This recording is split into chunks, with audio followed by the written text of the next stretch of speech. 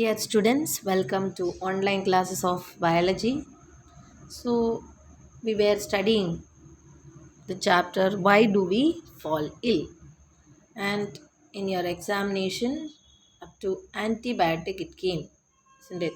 So, we have to start with means of spread of disease, isn't it? So, what do you mean by means of spread? How the diseases are getting communicated, okay, how it spreads. So, depends upon that. The diseases can be of different types, like what? Diseases which are spreading through the air, isn't it? Airborne diseases. So, in this, what happens is the disease is getting spread when a infected person, okay, sneezes or coughs, the droplets from his body, okay, spread to the air, and the other person standing close to him, when they breathe these droplets, okay, and these microorganisms can enter into a new person and can cause the infections. Okay, so examples of this are common cold, pneumonia, tuberculosis, then our corona. All these are examples of what? Airborne diseases.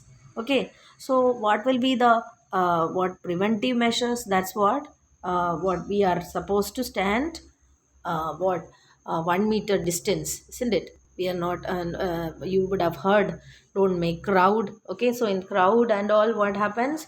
The number of what viruses, that if any person is having this, the number of viruses will be more, and we can what we will inhale that, isn't it? That can cause what? Diseases. And this is the reason why we are asked to wear mask, isn't it? So mask will protect what?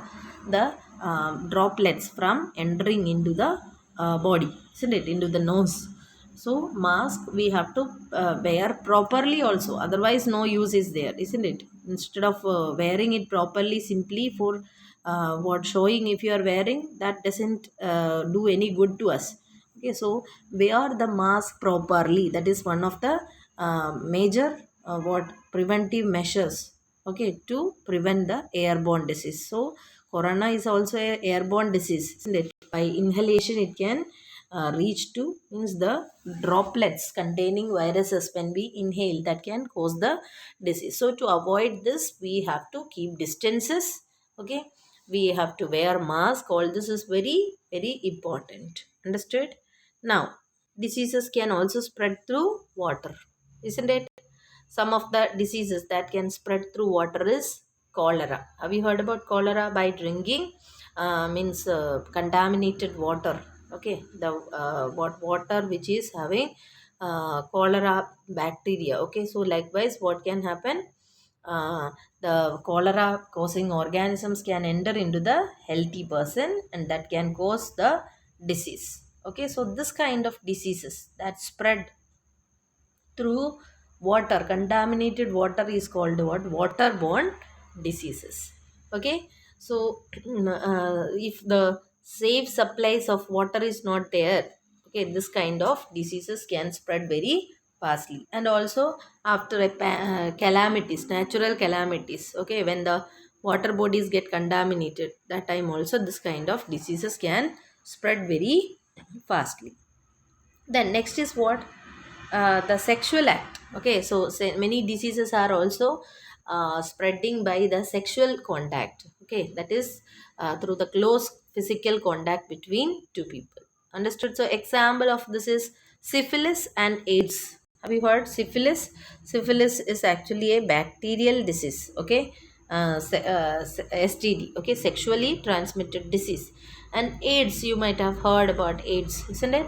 So these diseases, they spread through sexual contact, okay.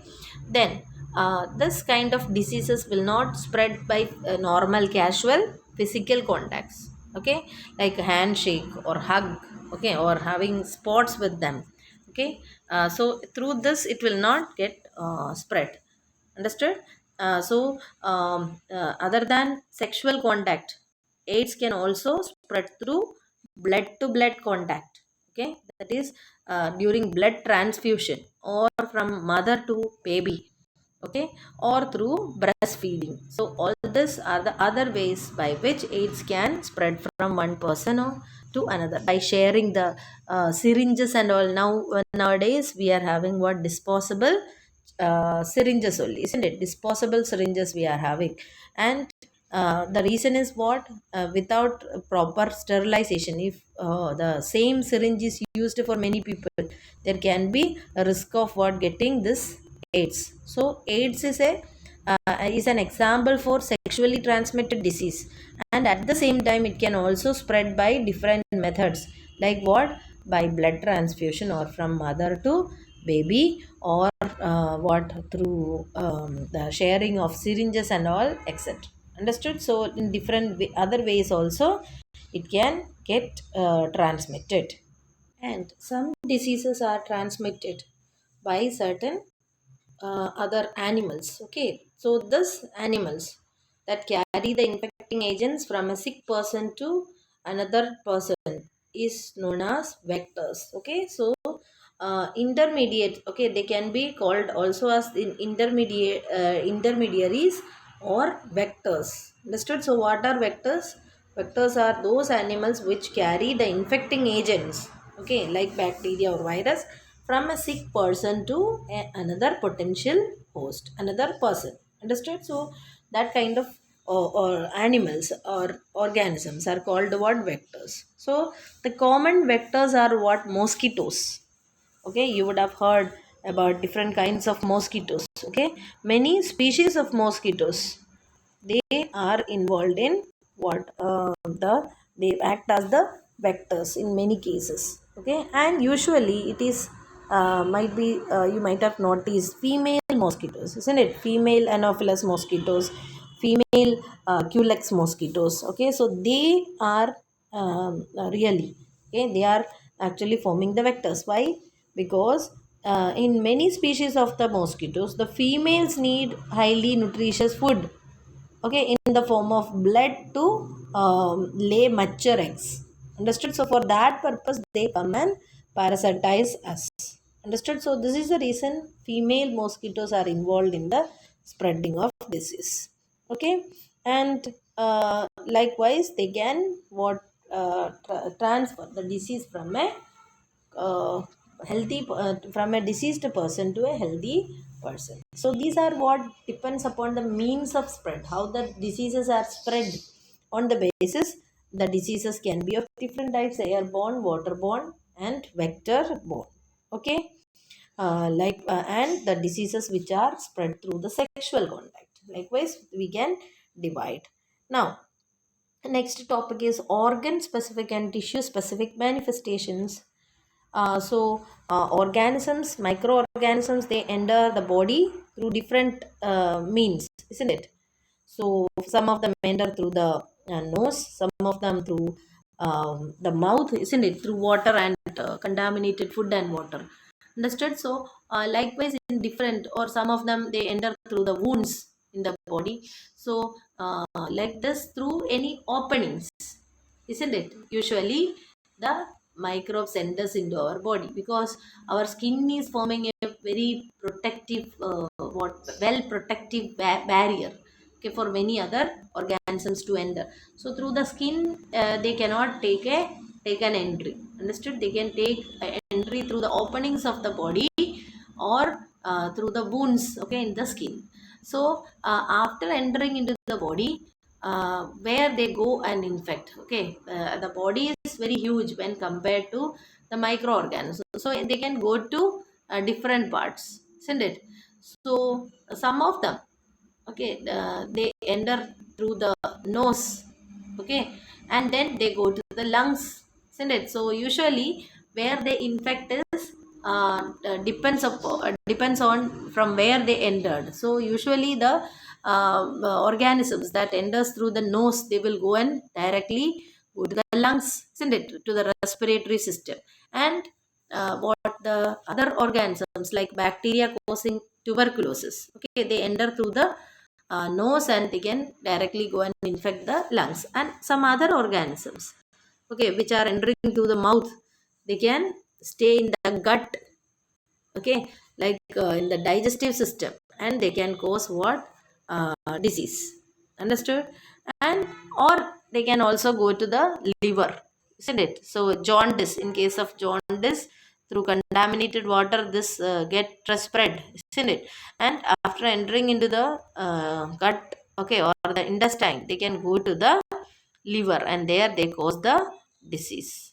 Understood? So usually this is the case, that is from where they entered, okay, they go and infect that particular organs. But there are some other cases also. For example, hiv hiv is entering through the sexual organs, okay, and it will spread through the lymph nodes, and it will be affecting the wbcs mainly, okay.